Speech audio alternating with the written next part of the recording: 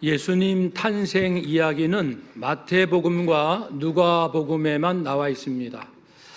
그런데 누가복음의 특징은 여인들을 중요하게 다루고 예수님의 공생애에서 중요한 역할들을 하는 것을 볼 수 있습니다.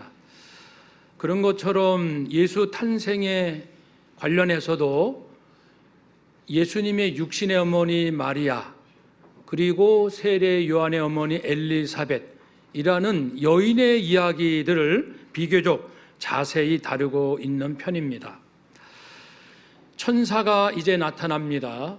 그래서 갈릴리 나사렛, 그 시골 산동네에 살고 있었던 마리아에게 나타나시죠. 그래서 하나님의 가장 놀랍고 위대한 계획을 알려주는 일을 하게 됩니다. 천사가 마리아에게 이제 대화 나눈 내용은 세 차례에 걸쳐서 진행되죠. 1차 대화에서는 천사가 말하기를 너는 하나님의 은혜를 받은 자다. 받을 거다가 아니고 받은 자다. 그러니 평안하라. 두려워하지 말라는 거예요. 받았으니 평안하라. 그리고 하나님께서 너와 함께 하신다. 그러니까 마리아는 굉장히 당황하면서 또 그 어떤 잉태 소식을 전해주니까 겁도 나고 두려웠죠. 2차 대화에서는 천사가 이 마리아의 잉태 사실을 다시 한번 얘기하자 마리아가 좀 설득력 있게 얘기해 주세요. 이해가 되게 좀 풀어서 말씀해 주세요. 그러한 의미의 설명을 요구합니다. 3차 대화에서는 이 천사가 잘 설명을 해줍니다. 어떻게 이런 일이 있는지, 어떻게 동정녀가 임신할 수 있는지에 대해서 설명을 하고 그 이야기를 들은 마리아는 아, 그렇군요. 알겠습니다. 아멘 하고 받아들이는 내용이 됩니다. 오늘 중점적으로 나눌 이야기는 2차 대화의 내용이죠. 30절을 보면은 천사가 마리아여 무서워하지 말라. 내가 하나님께 은혜를 입었다. 은혜는 특별한 사랑을 말하죠. 너 있잖아.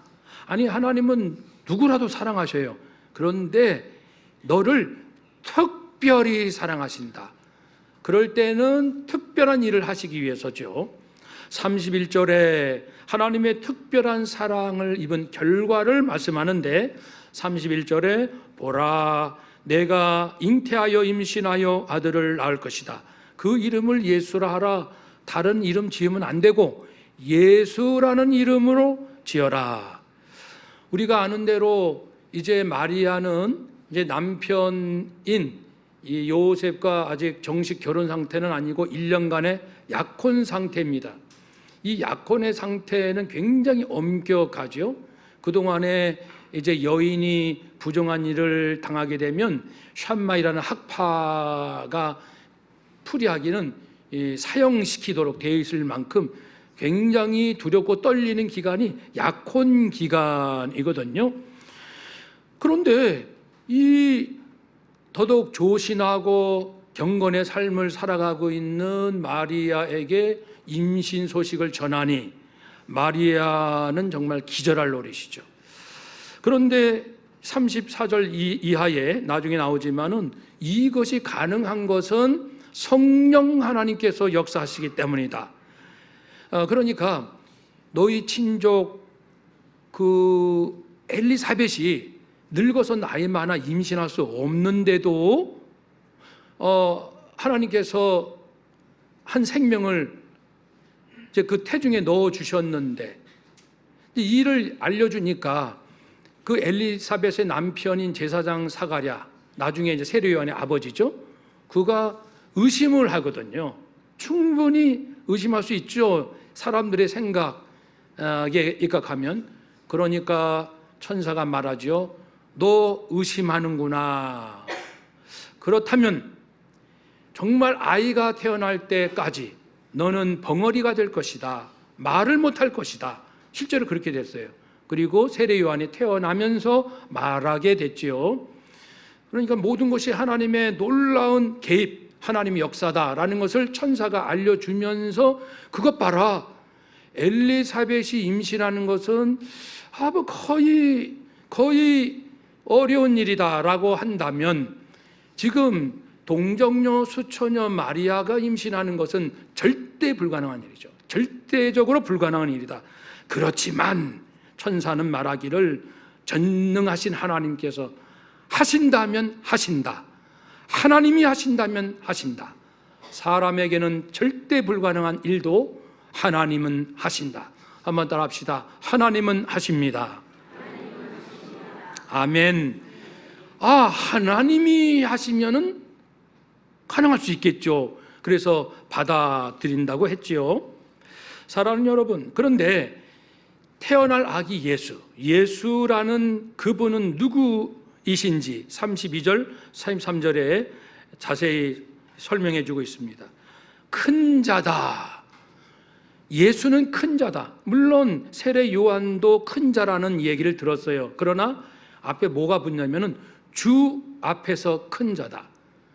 그러니까 로마서의 말씀대로 의인은 없나니 하나도 없고 아담 타락 이후 하나님 앞에 하나님 저는 죄가 하나도 없어서 하나님 거룩하신 하나님 앞에 당당히 설 수 있는 자입니다 라고 말할 자는 한 사람도 없다. 세례 요한도 이해가 아닙니다. 그럼에도 불구하고 하나님 앞에 큰 자, 하나님 보시기에 큰 자라는 것은 하나님께서 그래도 세례 요한이 다른 사람들에 비해서 상당히 경건한 삶을 살고 하나님 중심으로 사는 그것을 후하게 보시는 거예요. 주님 하나님 보시기에 그래 너는 참 큰 자라 내가 말할 수 있구나 라는 정도의 하나님 앞에서 큰 자라면 예수님은 큰 자, 그러니까 예수님 자신이 큰 자요 절대적 거룩한 신성을 가지신 분으로서 큰 자라는 의미입니다. 한번 더 합시다. 예수님은 큰 자이십니다. 아멘. 또한 아기 예수는 지극히 높으신 이의 아들, 지극히 높으신 분은 하나님, 구약에서는 하나님을 그렇게 불러요. 지극히 높으신 하나님. 누가복음은요 신약 성경에 9번 쓰는 지극히 높으신 표현 중에 무려 7번을 누가가 직접 사용합니다. 그만큼 누가의 마음속에는, 특별히 누가는 이방인들에게 복음을 전하는 자인데 이방 사람들이 많은 신들을 섬기잖아요. 그러니까 이런저런 신들과 비교할 수 없을 만큼 지극히 크신 높으신 분, 하나님을 강조하기 위해서 그렇게 일부러 그런 모습으로 표현을 많이 하죠. 지극히 높으시다는 것은 하나님의 절대성, 하나님의 초를 말씀합니다. 그래서 모든 피조물과 비교할 수 없을 만큼 그 높으신 그분의 아들, 한번 따라 합시다. 예수님은 높으신 분의 아들. 아멘. 그러니까 인간의 아들이죠. 물론 마리아의 아들이니까. 그렇지만은 그는 인성이고 그분의 본래 신성에 의하면 전능하신 하나님의 아들로서의 바로 그분 자신이 이제 신약성경 전체를 보면 예수님 자신도 전지전능하시고 창조에 함께 하셨고 모든 사람의 마음을 꿰뚫어 보시고 모든 기적을 행할 수 있고 죽은 자를 살릴 수 있는 그러한 능력을 가지신 분입니다. 또한 아기 예수는 그 조상, 육신적으로 예수님은 요셉, 그러니까 마리아도 그 위로 올라가면 아빠 엄마 모두가 다윗의 혈통의 집안이에요. 요셉도 마리아도 그 혈통에 있는 두 사람이 이제 결혼을 하게 되는데, 물론 예수님은 성령으로 임신이 되어서 태어난 분으로서 그 어머니 마리아, 마리아가 위로 올라가면 다윗, 아빠도 쭉 올라가면 혈통적으로는 다윗을 만나요. 다윗의 왕위, 다윗의 왕권을 받은 자가 될 것이다. 육정적으로 혈통적으로 다윗의 가계를 이어받은 것도 물론 사실이지만 더 중요한 의미는 영적으로 구원받은 모든 백성들, 새 이스라엘을 다스리는 절대적 통치자다. 왜냐하면 다윗의 왕권은 절대적 통치를 말합니다. 절대적 왕권. 어느 누구도 범접할 수 없고 어느 누구도 예수님을 가로막을 수 없는, 예수님이 하신다 하면 되는 거고 안 한다 그러면 안 되는 거고 어느 누구도 막을 수 없는 예수님의 절대적 통치. 한번 따라합시다. 예수님은 절대적인 통치자. 아멘. 이처럼 우리 예수님은 이런 분이시다라는 것, 큰 자요 지극히 높으신 하나님의 아들이요 그리고 다윗의 절대 통치권을 가지시고 다스리시는 분이시다. 그런데 33절에 이어서 보면은 예수님은 영원히 야곱의 집을 왕으로 다스린다. 그 나라가 예수님이 다스리는 곳곳마다 무궁하게 될 것이다 라는 말씀을 해 주십니다. 아기 예수님은, 예수 그리스도는 다윗의 왕권을 받아서 야곱의 집을 다스린다 라고 했습니다. 야곱의 집이 뭘까요? 야곱의 집은 이스라엘을 말합니다. 구약에서 종종 이스라엘 백성들, 유대인들을 야곱의 자손, 야곱의 집 이렇게 표현을 하죠. 물론 아브라함의 자손이라는 표현도 씁니다만은, 그래서 이스라엘입니다. 그러나 말씀드린 대로 구원받은, 그리스도를 왕으로 모시는 모든 구원받은 자들을 또 예수님은 다스리신다. 그래서 로마서 10장 12절 이하에 유대 사람도 그리스 사람도 차별 없이 모든 사람에게 예수님은 똑같이 주님이 되어 주십니다. 그러니까 모든 사람에게 진실로 참여하고 그리스도를 영접하기만 하면 예수님은 모든 사람에게 주인이 되어 주세요. 전능자로서, 보호자로서, 인도자로서, 통치자로서 절대 권능, 절대 지혜, 절대 능력으로, 절대 사랑으로 보호하시고 품어주시는 분이라고 말씀을 하고 있습니다. 주의 이름, 그리스도의 이름을 부르는 사람은 누구든지 구원을 얻게 될 것이다. 이것이 복음이죠. 기쁜 소식입니다. 사랑하는 여러분, 그래서요, 이 예수님은 이스라엘이라는 한 나라의 왕일 뿐 아니라 만왕의 왕, 절대적인 왕이죠. 한번 따라합시다. 예수님은 만왕의 왕. 아멘.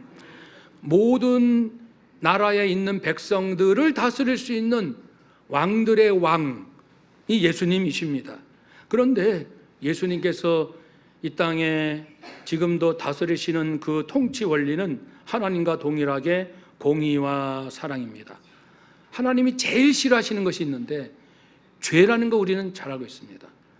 물론 우리가 무수한 죄인임에도 불구하고 그리스도께서 우리의 죄값을 대신 치르시고 저주받아 죽으심으로 내 죄 문제가 해결되어 하나님의 공의를 충족시켜 드린 그런 예수님이시지만, 이제 구원받은 나, 주님을, 그리스도를 주님으로 모시는 나, 여전히 내가 하나님의 자녀이긴 하지만 남은 삶을 이제 죄 짓지 않고 살기를 그토록 원하십니다. 왜냐하면 하나님은 여전히 죄를 싫어하시거든요. 내가 죄덩어리인데 하나님께 조건 없이 은혜로 용서받았다고 해서 그 다음에 너 있잖아, 영원히 용서받았으니까 마음대로 죄를 지렴, 마음대로 악한 일을 하렴, 왜냐하면 영원히 너를 용서했으니까, 그런 말씀은 아니죠. 하나님께서 내 힘으로, 선행으로, 열심으로 아무리 세상적인 편으로 돌을 닦아도 결코 내 죄를 씻어낼 수 없는 그러한 나를 하나님께서 전적인 은혜, 그리스도의 희생, 나의 그 진실하지만 그 조그만 믿음, 진실한 믿음을 보시고 성경에 약속된 약속을 지키시기 위하여 우리를 구원하셨잖아요. 그런 나라면은, 그런 은혜를 받은 나라면은 내가 이제 모든 죄 용서받았으니 남은 삶을 마음대로 살아야지, 그렇게 생각할 수가 없는 거죠. 여전히 예수님은 우리의 가족들에게 말씀하는 거예요. 여러분, 남편과 아내의 대화 가운데 여보, 남편에게 아내가 죄 좀 그만 줘, 이런 얘기 해보셨어요? 또는 남편이 아내에게 당신 죄 좀 그만 져라. 부모님이 아들, 딸, 손자, 손녀들에게 너희들 죄를 그만 져야 된다. 그런 얘기 참 하기 어렵죠. 더 나아가서는 자식들이 부모님에게 아빠, 아버님, 이제 그만 지시죠. 어머니 그만 죄를 지시죠. 라고 가족들의 얘기를 우리가 들어볼 수 있을까? 그만큼 우리는 그리스도께서 우리를 통치하신다, 주님이 나와 함께 하신다라고 수도 없이 고백은 하면서도 예수님께서 나의 죄 때문에 그렇게 죽으셨는데 내가 죄 짓는 것을 그렇게 싫어하신다라는 생각을 그렇게 하는 것 같지는 않습니다. 분명히 기억해야 합니다. 예수님이 나에게 복 주신다는 것은, 복 주시지 않는다는 가장 그 중요한 그 열매는 경건하게 사는 거예요. 왜냐하면 아니 예수님 입장에 생각해 보세요. 죄인들의 그 영혼이 저주받을 수밖에 없는 죄값 때문에 나의 생명을 바쳤는데 그 다음부터 예수님께서 자기 백성들에게 무엇을 부탁하시겠어요? 너 부자 좀 돼야 돼. 너 좀 똑똑해져라. 너 무병장수해야 돼. 너 좀 권력 좀 얻어라. 제발 왜 이렇게 가난하니? 왜 이렇게 몸이 약하니? 제발 좀 건강해라. 예수님이 그 얘기를 하시겠어요? 부자 되라고 당신의 생명을 희생했습니까? 죄값, 하나님, 공의로우신 하나님 앞에 저주받지 않도록 당신의 희생을 하신 예수님이시니까 이제 구원하신 다음에도 우리에게, 저와 우리 성도, 우리 가족들에게 언제나 그걸 부탁하시는 거죠. 거룩하게 살렴, 경건하게 살렴, 죄와 싸우기를 피 흘리기까지 하렴 말씀을 하십니다. 예수님이 죄를 그렇게 싫어하니까요. 죄 때문에 예수님이 죽으셨으니까. 죄 때문에. 만약에 우리 자식이 알코올 중독자입니다. 애가 제대로 인생을 살지 못해요. 그러면 부모 입장에서 아이고 이놈 내가 애써 키웠더니 그 술 때문에 인생 망치고 마음 무너지고 직장 생활도 안 하고 계획도 없고 제멋대로 살고, 그러면은 부모의 가슴이 어떠겠어요? 제발 술 좀 끊어라. 그래가지고 부모가 열심히 최선을 다하고 자기의 희생을 다하고 있는 재물 다 어떻게 동원해서 이제 아들이 이제 알코올 중독에서 해방되게 만들었다고 합시다. 그러면 부모는 자식이 그 알코올 중독에 아주 뒤었기 때문에 거기에 트라우마가 있어서 자식이 술만 그러면 막 깜짝깜짝 놀라는 거죠. 너 지금 어디 가니? 너 술집에 가는 거야? 너 지금 뭐 살라 그래? 마트에 가도 술병 옆에만 쳐도 얘 눈빛이 술병이 하는 줄 알고 너 지금 뭘 쳐다보니? 왜냐하면 너무나도 놀랐기 때문에. 예수님은 우리의 죄 때문에 너무 놀라셨고 우리의 죄 때문에 당신의 생명이, 당신이 저주 받으셨기 때문에 무엇을 부탁하시겠어요? 부자 되라, 건강해라, 출세하라, 남과 비교해서 우위에 서라. 제발 그걸 정말 목 놓아 우리에게 부탁하시겠냐고요. 따라서 합시다. 죄 짓지 마라. 경건하게 살라. 거룩하게 살라. 아멘. 그 힘든 거 우리는 압니다.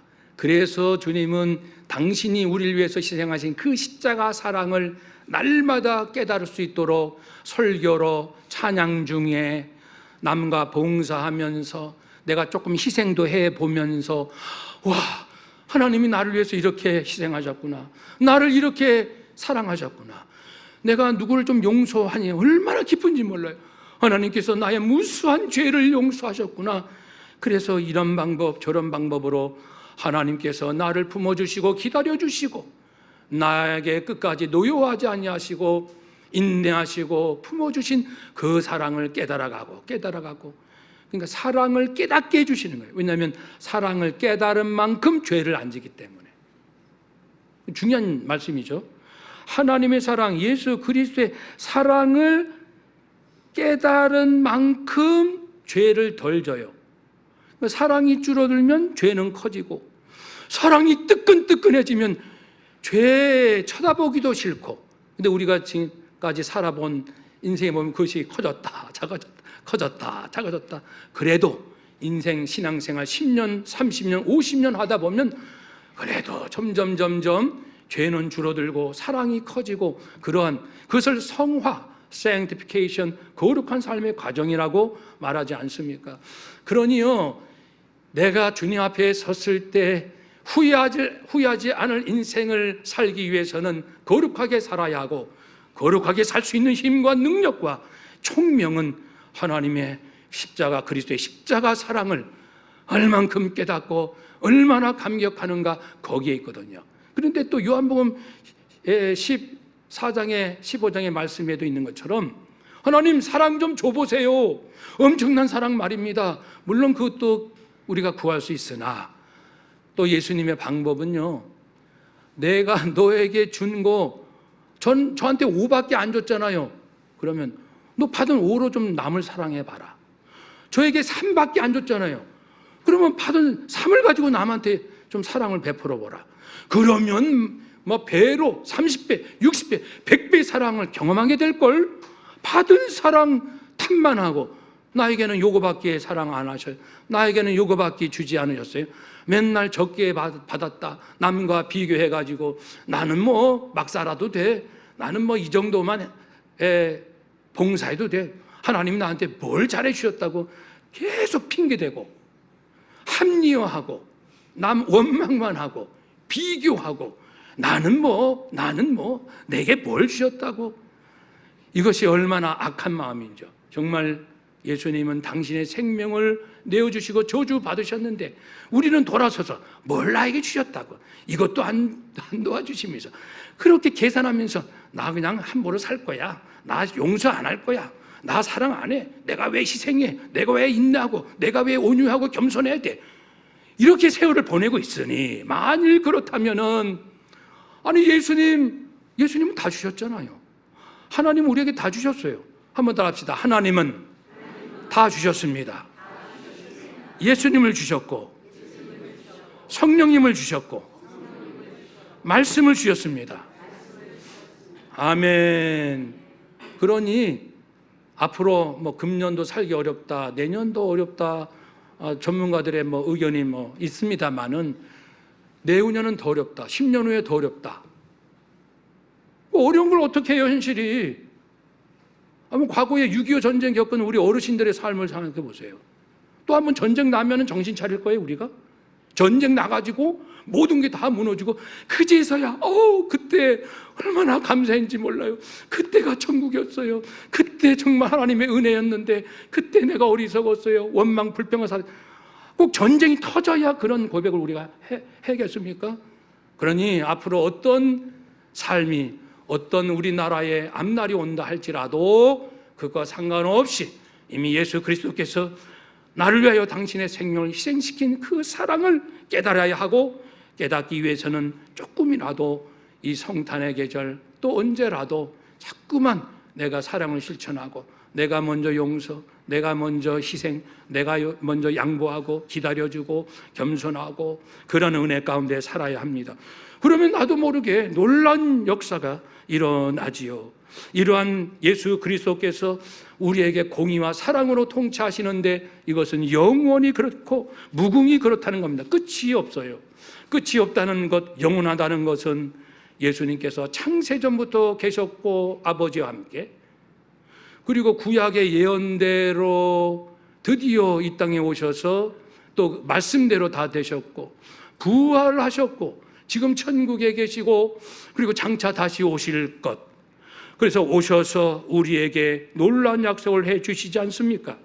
그것은 이제 천국에서의 삶은 수정과 같이 빛나는 생명수의 강을 내게 보여주셨습니다. 요한이 본 거죠. 사도 요한이. 그 강은 하나님의 보좌와 어린 양의 예수님의 보좌로부터 생명수의 강이 콸콸콸콸 구약의 표현으로는 히브리어 샤파크 퍼붓는 요즘 겨울에 폭설이 내려야 되는데 어느 나라는 폭우가 내린잖아요.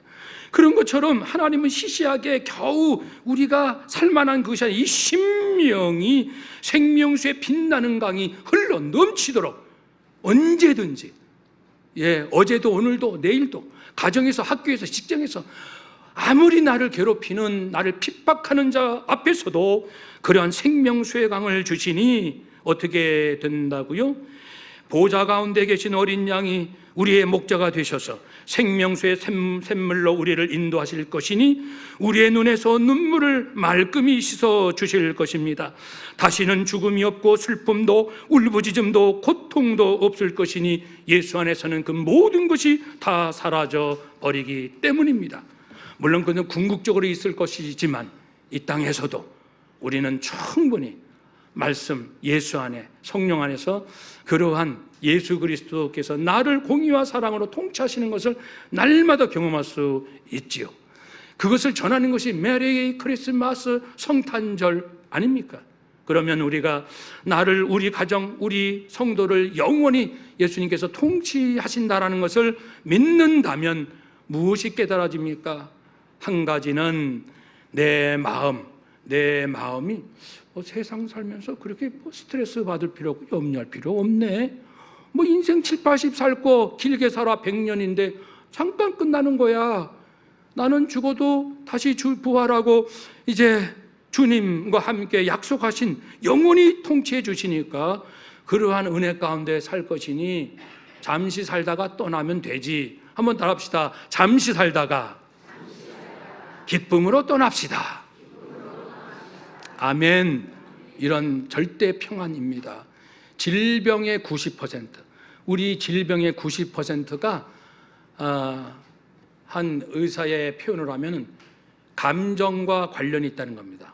어떤 병이든 90%는 감정하고 관련이 있는 거예요. 낙심하고 실망하고 불안하고 두렵고 열등감, 스트레스, 죄책감, 분노, 외로움, 집착, 이런 것 때문에 병들이 그렇게 생기는 건데, 그리스도께서 나와 우리 가족을 영원히 공의와 사랑으로 통치하셔서 예수님 안에서 세상이 줄 수 없는 구원과 기쁨과 평안을 누리게 하시는구나.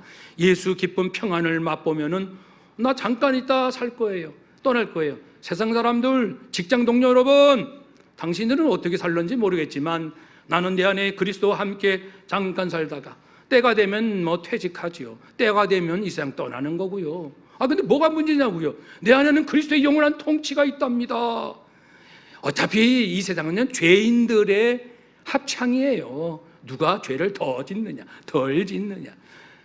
이게 죄 늪에서 이렇게 싹 감추고 나는 성공했다, 나는 뭘 얻었다, 나는 무병장수한다 이런 거 하지만 속에 깊이 들어가면 죄들의 잔치를 벌이고 있는, 나는 정신 차렸어요, 나는 본질을 깨달았어요, 그리스도께서 나의 죄값으로 대신 죽으셨고 그러나 이제는 다시금 그리스도의 주시는 은총으로 거룩하게 살다가 훌쩍 떠나겠습니다. 여러분 잘 사세요. 직장 여러분, 동료 잘 사세요.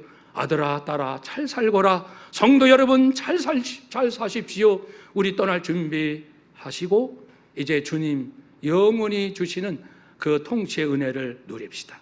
마음이 평안한 거예요. 그러니까 이제 예수 믿는 사람들은 믿지 않는 사람보다 평균 수명이 5년 더 길다라는 연구 보고가 있습니다. 한 10년 좀 더 길었으면 좋겠어요. 예수 믿는 사람들은 평균 수명이 10년 더 길대. 왜? 말로 다 설명 없어. 교회 다녀봐.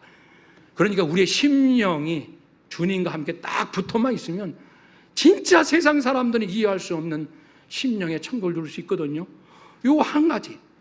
또 한 가지는 예수님이 영원히 통치하시고 모든 걸 아시고 계획하셨고 그대로 이루어 가신다면은 내가 좀 뭘 알고 내가 뭘 좀 모르는 게 뭐가 그렇게 대단한가? 정말 신학자들 얼마나, 전 세계 신학자들이 얼마나 많이, 성경을 2000년 동안 얼마나 많이 연구합니까? 그런데 솔직히 오늘날 전 세계 기독교인들 예전보다 영성이 많이 후퇴했습니다.